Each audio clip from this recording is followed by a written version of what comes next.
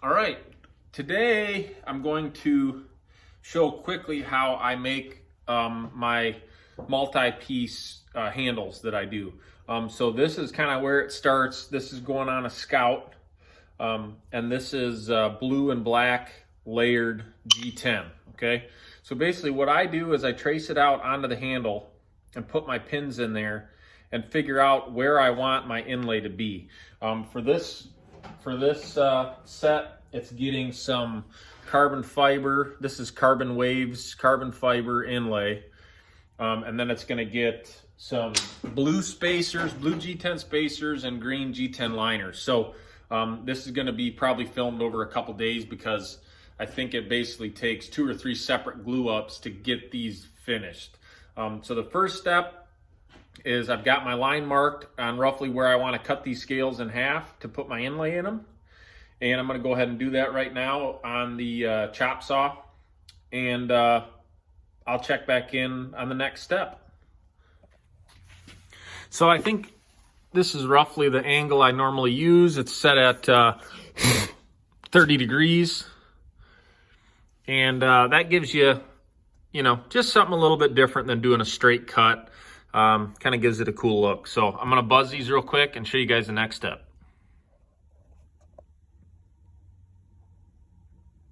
Okay, so as you can see here, I've got all my materials laid out, ready to start squaring them up to get them glued up. So you can see really close that even this is fresh off that chop saw, the miter saw, and there's a little gap there, okay? You can tell it's not perfect right after the cut. So the key to this whole thing and getting this to where you're not getting any gaps after glue up is squaring all these lines up, okay? That's key to this whole thing. So I'm gonna go ahead and do that, and you can do it however you wanna do it. I normally use my flat platen with a work rest and get it, that flushes things up really good, especially if everything's square and right as far as your flat platen doesn't have any waves in it or anything like that. So that's what I'm gonna do, get these squared up, and then I'll show you guys kind of the glue up process and prepping these all to get them ready. So like I said, this is a step 1 of glue up, and then once this is all glued up and cured, you come back and then I do my liner. Just because even gluing this up is a bit much. Sometimes you can even just glue your spacers up, as far as like glue these together in one step like this and then add it to this. That's just another way to do it. That's a little bit easier. If you're gonna do this for your first time, I'd recommend doing that. It's just one less thing that can get messed up during the glue up process. So, all right, I'm gonna get these squared up and show you guys what it looks like after that. I'm just running the grinder really slow on about 20% with a 36 grip belt on there, kind of a worn out 36 grip belt. So you're not really trying to remove a bunch of material. You're just trying to, like I said, just square these off a little bit, okay?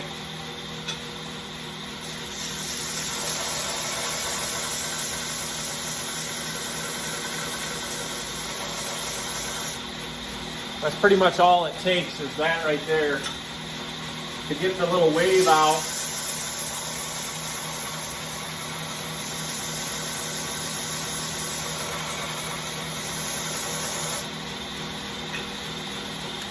Like that, pretty much. And then you can either take it to a granite surface plate and make sure it's super flat, kind of eyeball it.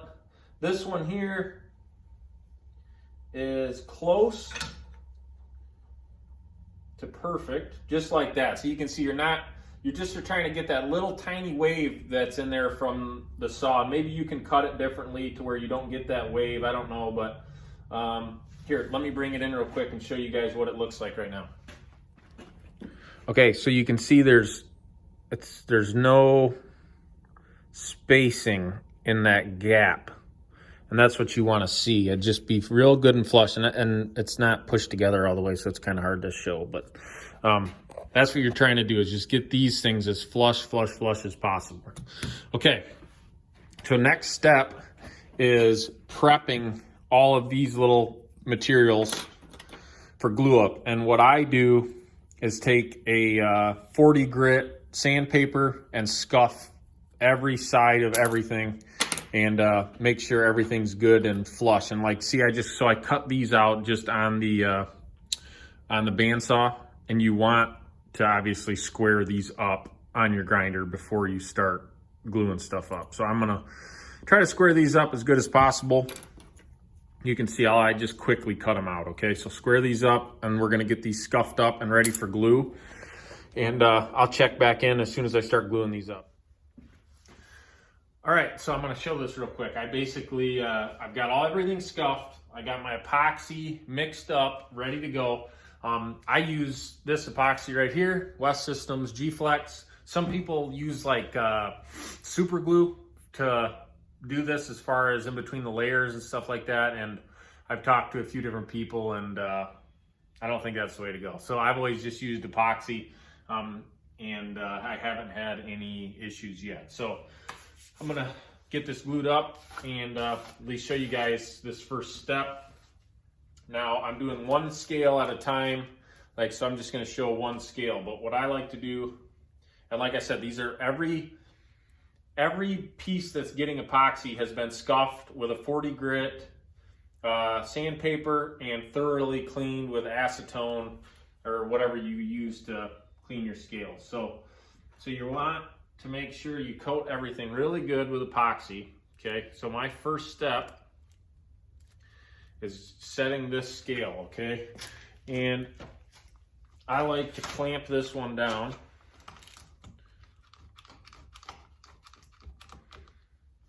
And I'm just clamping this to a flat piece of wood, and I put down a little bit of wax paper so that scale doesn't stick to that wood and then you'll never get it off.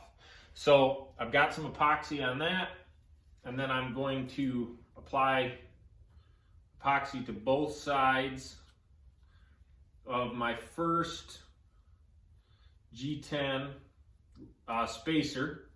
And I would highly recommend you wear gloves for this step because it gets a little bit messy. So you're basically just setting that in place. Hopefully you guys can kind of see it. You don't have to be crazy with it. Just set it in place. Make sure it seats in there properly. And like I said, everything's good and flat, so you should have no issues there.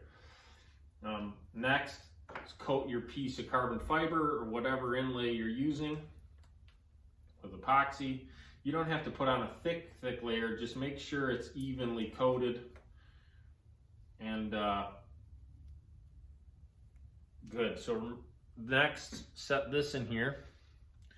And kind of what I like to do is kind of push it up against it, slide it back and forth just a little bit like that. I don't know, you guys probably can't even see what I'm doing, but make sure it's spaced good, and kind of you push a little bit of that glue out when you're kind of setting it in place here, okay? All right, another spacer.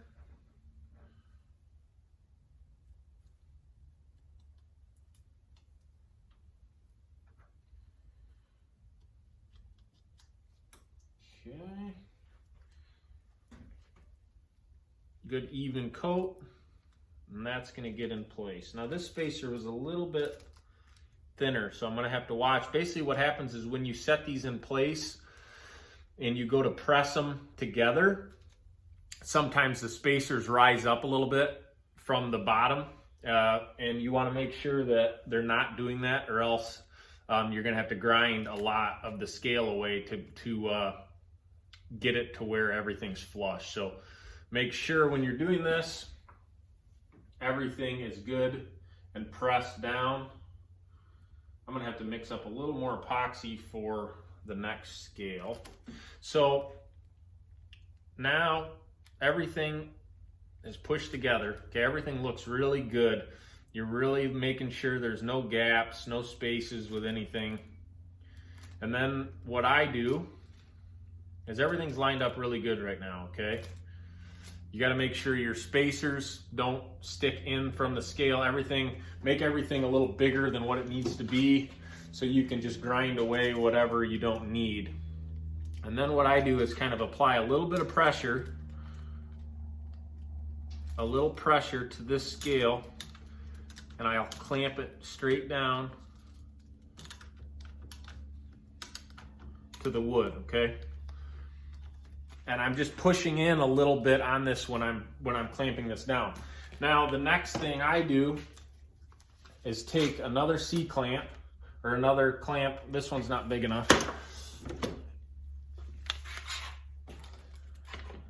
And let's see if you guys can see it. And I take it on both sides of the scale and basically put a little bit of pressure on it. What'll happen is if you put too much pressure, it'll start to slide.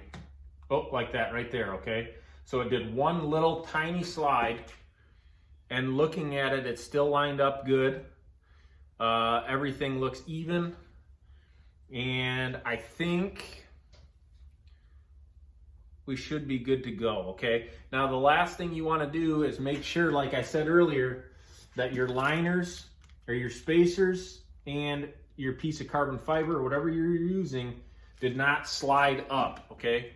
Because that causes a big problem. And mine look to be pretty good. I like it to be a little tighter than what it is right now. But I think, like you can see, I can barely move these because there is some pressure. I think that this should be successful. I'm gonna hit one more little pump on this. There we go. And I think we're good. Okay, so I'm not gonna grab the camera because I'm covered in epoxy, but now you're gonna let this sit. That G-Flex, I think, is like a 24-hour cure. So I'll come back tomorrow and show you what this looks like, and probably get our liners put on it tomorrow if this was successful. So I'll check back in tomorrow and show you guys what this looks like after that epoxy cures. All right, stay tuned. All right, it's the next day. Let's pop these clamps off and see how these turned out. I already took the clamp off the other one, and it looks pretty good. See how that just pops right off there and it's not stuck when you use that paper? That's good. So it looks like it's pretty good. The next step is to put this on the grinder, smooth that down, put that down, and then obviously this side is much higher. So I grind that all down, and then you can really see if you have any gaps or anything like that. But it looks like this one looks pretty good. It's probably hard to tell. You can see that this blue spacer, this one, rose a little bit. Like, I mean, like you can barely even feel it with your fingernail. So what I normally do, because that happens actually on these a lot, is I grind this side down and this, like I said, and flush this side. And then this side that I grind down smooth is the side that goes against the knife.